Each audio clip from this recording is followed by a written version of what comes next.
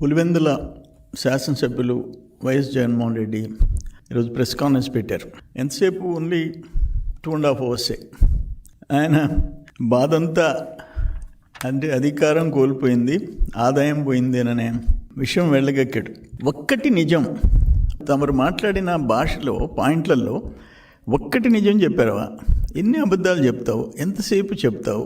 నేను స్ట్రైట్గా ఒకటి అడుగుతున్న జగన్మోహన్ రెడ్డిని, రాష్ట్రం వృద్ధి రేటు పడిపోయింది, ఖజానాకు రావాల్సిన ఆదాయం పక్కదోవన పడుతుంది.